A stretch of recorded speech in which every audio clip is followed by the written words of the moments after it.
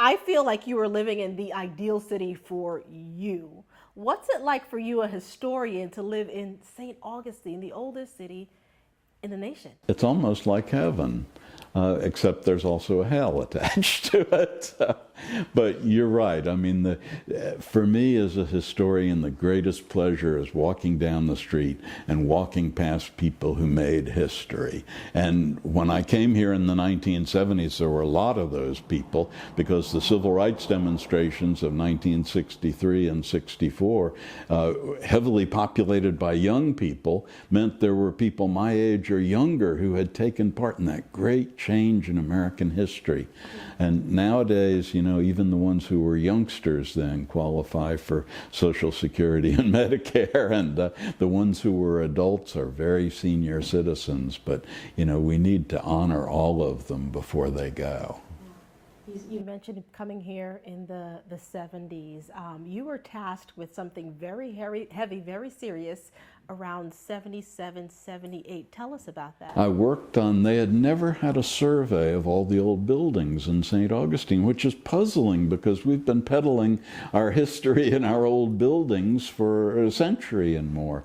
But they had never investigated really beyond the handful of colonial buildings that we have. So this was a job right up my alley. I used to go around to the garage sales on Saturday, not so much to acquire junk as to look at the houses behind them. And I'd always tell people, do you have any books? And they say, yeah, they're up in the attic. Go up and take a look. So I get the inside tour as well as the outside tour. It's a job I would have done for no money, and I earned virtually no money for it, but it was great fun. And, really, as a historian, and to take on something that was crying out to be done but hadn't been done before.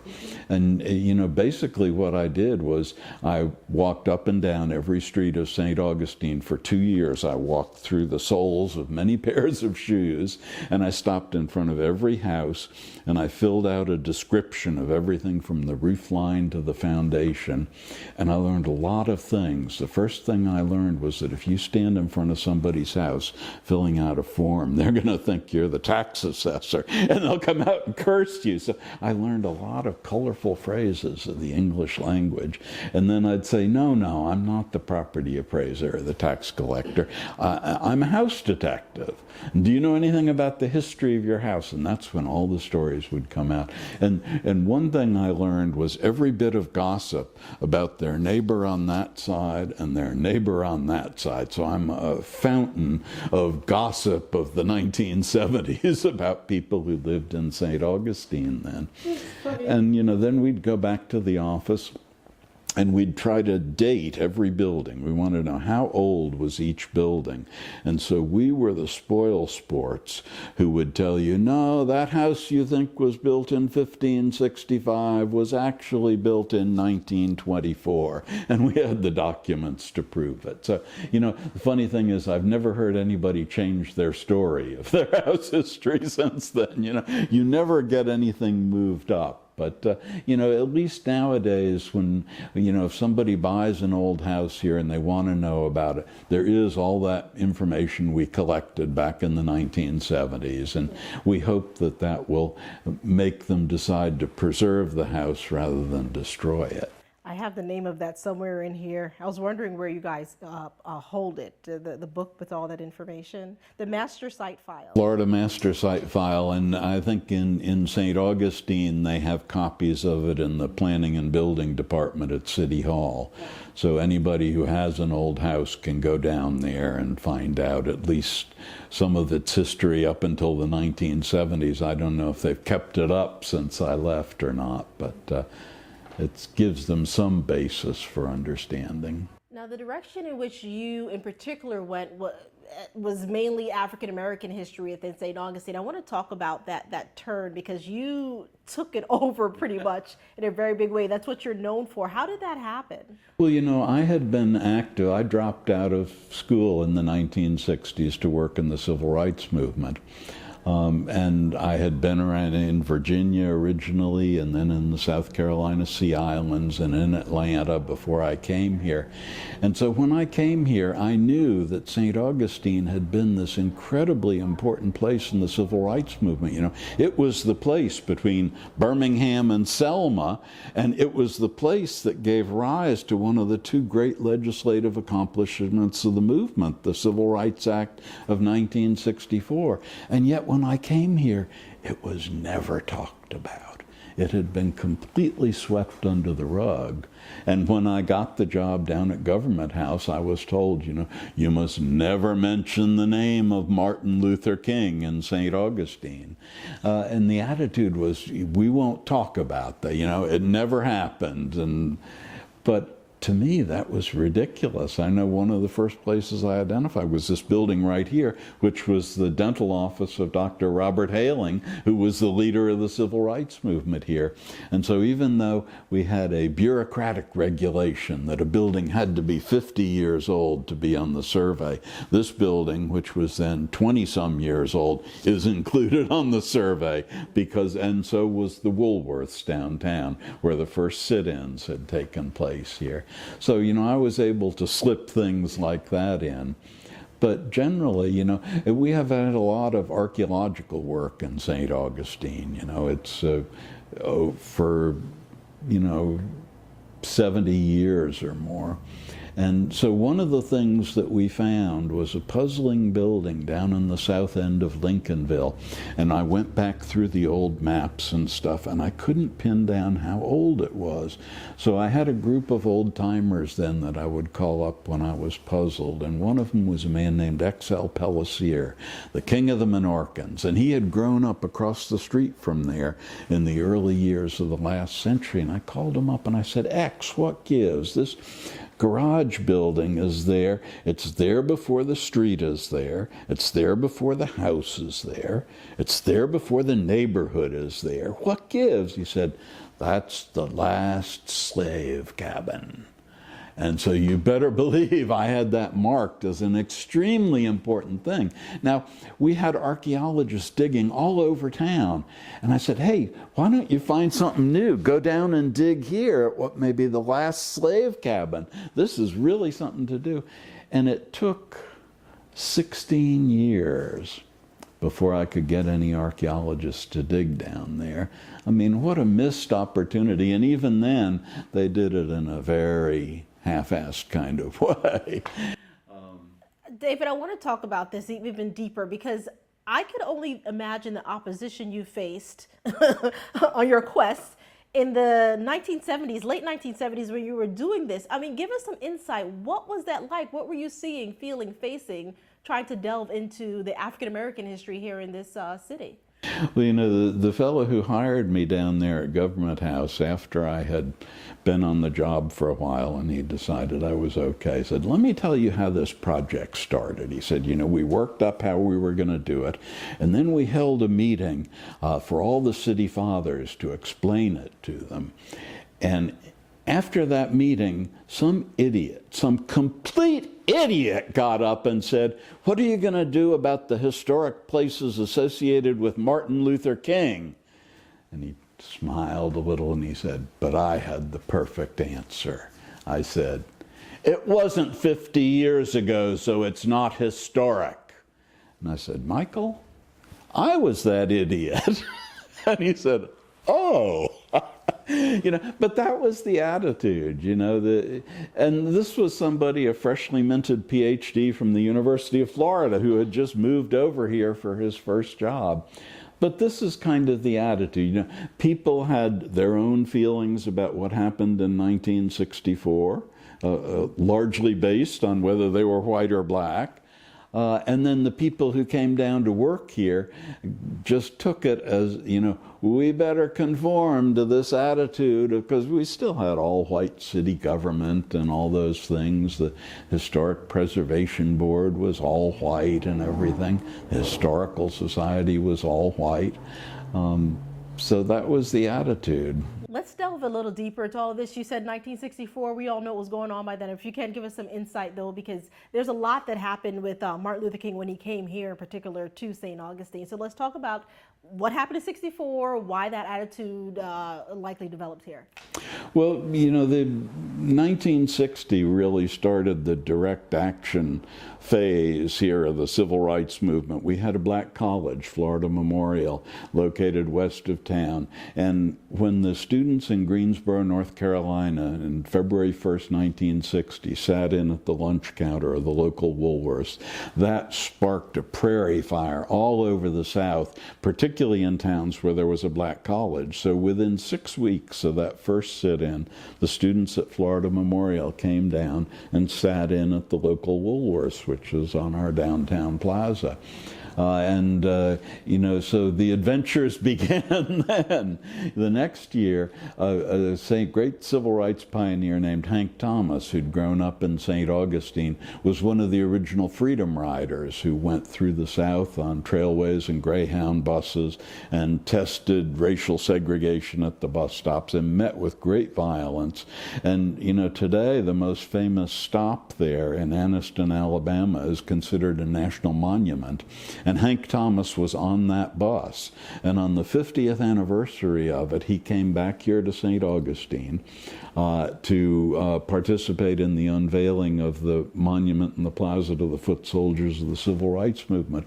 And he told the story of that day. He said, I'd been a football player in college. I was the biggest one on that bus. He said what those white people did was they came up and they pushed the door of the bus closed and they threw a firebomb under it so we couldn't get out, and they thought that either smoke inhalation would kill us or the bomb would explode and that would kill us. He said, but I finally pushed my way out and we got out and everybody's out there on the ground coughing and everything, and this white man came up to me and said, "Are you okay?" And I said to myself, a human white person. And that's when he hit me with a 2x4. I'll never forget Hank telling that story. But Hank Thomas was one of the great civil rights pioneers, and he grew up here in St. Augustine. And then we had a new person on the scene, a new dentist named Dr. Robert Haling. He had, in those days, Florida didn't have a dental school. So what they did was, if you were white, they would give you a scholarship to go to Emory University Dental School in Atlanta. And if you were black, they would give you a scholarship to go to Meharry Medical College in Nashville. But you were obligated afterwards to spend 5 years in a medically underserved area of Florida. And that is how St. Augustine was described in those days. So when Dr. Haling got out of Meharry, he had to find an area. And he told me he traveled all over the state of Florida, from Pensacola down to Key West, up one side, down the other. And he finally decided there were two possible places he could settle to set up his practice, and one was Panama City and the other was St. Augustine. And I always think how different American history would have been if Dr. Haling had decided to go to Panama City. But thank God he came to St. Augustine, because he became the youth advisor to these young people who were ready for a change. And he was the best advisor they could have, because in those days most older people would tell the young people, you don't know how it is, don't get in trouble, don't go to jail, don't be arrested, don't do this. And Dr. Haling did not give that kind of advice. For one thing, he had had a ringside seat during his school days in Nashville to the Nashville sit-in movement that gave us John Lewis, Diane Nash of the Freedom Ride, C.T. Vivian, who worked with Martin Luther King. And one of the events that happened there was a black lawyer and city councilman in Nashville named Z. Alexander Luby. And he taught a course at Meharry on the legal aspects of medical practice, because you may get sued for, malpractice or something. And Dr. Haling had taken his course.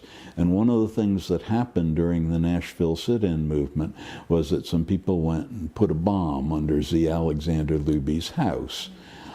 trying to kill him. Alexander Luby's house was across the street from the dormitory where Dr. Haling lived. And he said that bomb also smashed the windows out of his dormitory. And he was a monitor in the dormitory, and he had to go and get people safely out of there, not cutting their feet on all of this broken glass. So he came here with some understanding. And he was an adult. You know, he'd already served in the U.S. Air Force. And he had grown up in, his father taught for many decades at what's now Florida A&M University in Tallahassee. And so, you know, there was a school for young people on the campus, because one of the things that the school did was it trained teachers. And a great way to train teachers is to have them teach young students. And so they taught the children of faculty members and others. You know, so he had grown up in this, you know, kind of different atmosphere in the Jim Crow South than many other places. And he came here with the right attitude at the right time, and he was the right person, and he changed history. Something to say about you, because that's what it takes sometimes, is personal experience. And I'm sure some question as well why you have decided to stick your neck out there essentially for this cause. You're clearly not African American. Some say that you know more about African American history than, you know, Black people do ourselves. Well, what is it for you, the passion behind this? Doing the right thing. I mean, my wedding ring, which I'm not wearing today, is a 1963 quarter. You know, and we had the jeweler make it up and inscribe our initials in it. But it's 1963 because that's really the year I came of age. It was my last year in high school and my first year in college. And it was the year of the demonstrations in Birmingham, Alabama. So you'd watch the nightly news and you would see police dogs sicked on people and fire hoses that were so powerful they would knock people over in the streets. And it was the year that Medgar Evers, the leader of the NAACP in Jackson, Mississippi, was assassinated in his driveway. And it was the year that President Kennedy proposed the Civil Rights Act of 1964, and it was the year of the Great March on Washington, where Dr. King gave his I Have a Dream speech. And a few days after I started college, the church at the 16th Street Baptist Church in Birmingham, Alabama was bombed and killed 4 young girls. And on November 22nd of that year, President Kennedy was assassinated. It's like that was the most meaningful year of my entire life, I'm sure. You know, and you would read the newspapers and you would look at the news on television, and this was what was happening in America.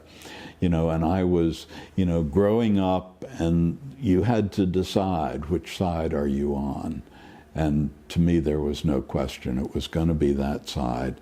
And although I had grown up in the New York City public schools, I had lived before that in Virginia, and I went off to the University of Virginia in 1963. To great culture shock on both sides, I'm sure. I was thrown together among a very interesting group of young men from the South Side area of Virginia, down in southern Virginia, all of whom were absolute believers in racial segregation, and who gave me every argument in the book. I always figure that was my real college education, was hearing every racist argument in the book being made to me. I remember one of the students telling me, "You don't want civil rights, you want my rights." And I said, "What rights?" And he said, "My right to discriminate." So, you know, it was interesting. You know, we were hearing different kinds of people. Your time in college was short-lived, though. Let's talk. I tell people I majored in civil rights, but in fact, there was no such thing at the time. There may actually be now. When I went to UVA, they doubled the number of Black students in the entering class from 1 to 2. And my fellow students said, well, they had to do that because otherwise some white person would have to have a Black roommate. You can't have that. So, you know, interesting times. You know, all of my life, I'm glad to have lived through all of the things. But anyhow, in 1964, a civil rights group called the Student Nonviolent Coordinating Committee, SNCC, which had just taken part in the Mississippi Freedom Summer Project, announced there was going to be a conference at Hampton Institute on the Upper South, and the idea would be to move the Mississippi summer experience to Virginia. And so a lot of us students from Virginia colleges went down there, and we formed an organization which was loosely affiliated with SNCC, and we began planning a summer project in Virginia in 1965, and I went there and I never looked back. So.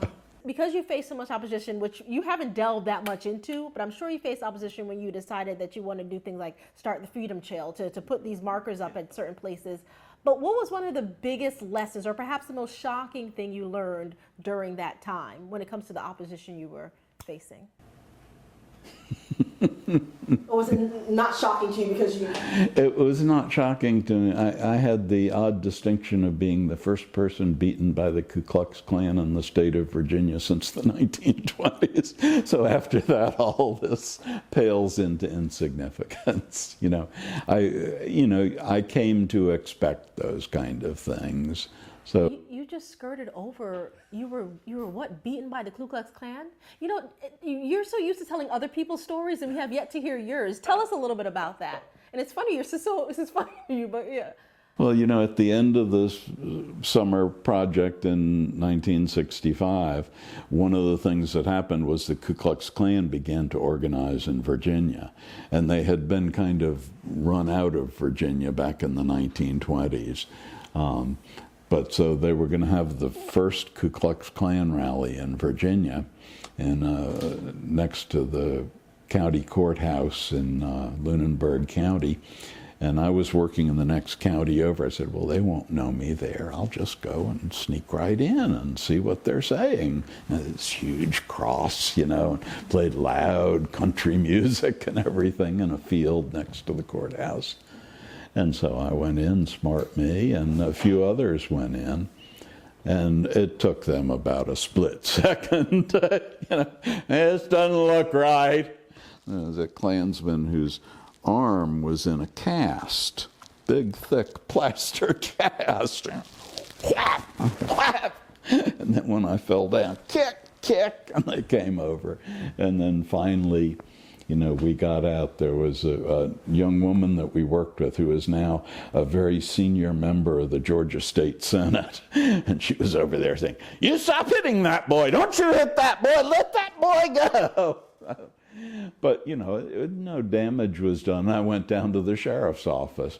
I said, I want to swear out a warrant. And he said, there are hundreds of Klansmen out there. I'm not going to serve any warrant on them. So... these are just stories that you tell to your children much later. David, before we wrap up, lastly, I have to ask you this. If you can speak to the importance of history. We've heard it time and time again. If we don't learn our history, it will repeat itself. That tends to happen anyway. But let's speak to the importance of history and learning about our past. It just makes it so much more fascinating to me to know that I'm walking in the footsteps of history. Where I walk, Martin Luther King was walking 65 years ago or something. Or, presidents were there, or great authors or famous artists painted this building. You look at it with a much more interesting eye, and it teaches you something that you don't, have if you just walk down and say, I didn't see anything there, nothing of importance here.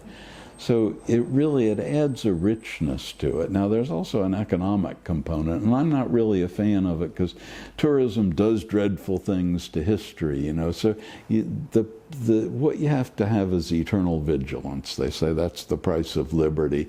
Well, it's also the price of saving history, because there's always going to be somebody who has an idea that, hey, I could make more money if I had a gas station there, And so these things come up all the time, and the only thing I have seen in the last half century that has saved those things has not been government bureaucrats. It's been citizens who care.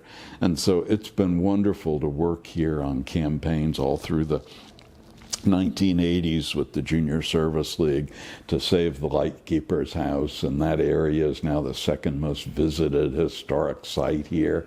And then in the 1970s and 80s and 90s with the Lincolnville Improvement Association and stuff to honor black history here, and then in the 20th century to try and save the civil rights landmarks and to educate people with the Freedom Trail, you know, just all over town, places which otherwise would have no recognition. And here you have them and you tell some of the history on it.